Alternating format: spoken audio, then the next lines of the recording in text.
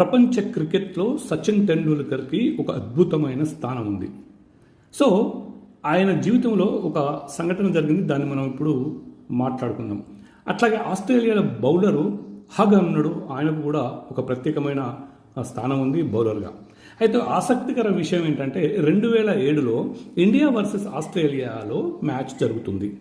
అయితే broad hug bowler ఏం చేశాడంటే టెండూల్కర్ని క్లీన్ బౌల్డ్ చేసిండు.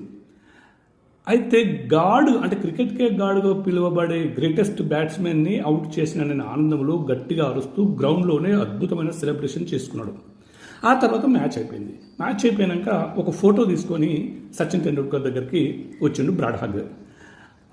ఆ ఫోటో చూపించి దాని మీద నాకు ఆటోగ్రాఫ్ ఇవ్వండి అని అడిగిండు.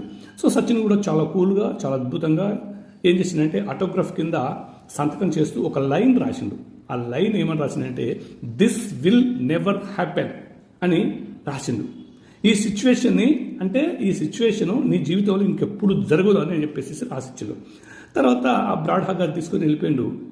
కానీ ఆ తర్వాత దాదాపుగా సచిన్ మరియు బ్రాడ్ హగ్ 45 మ్యాచ్ల వరకు ఆడినరు.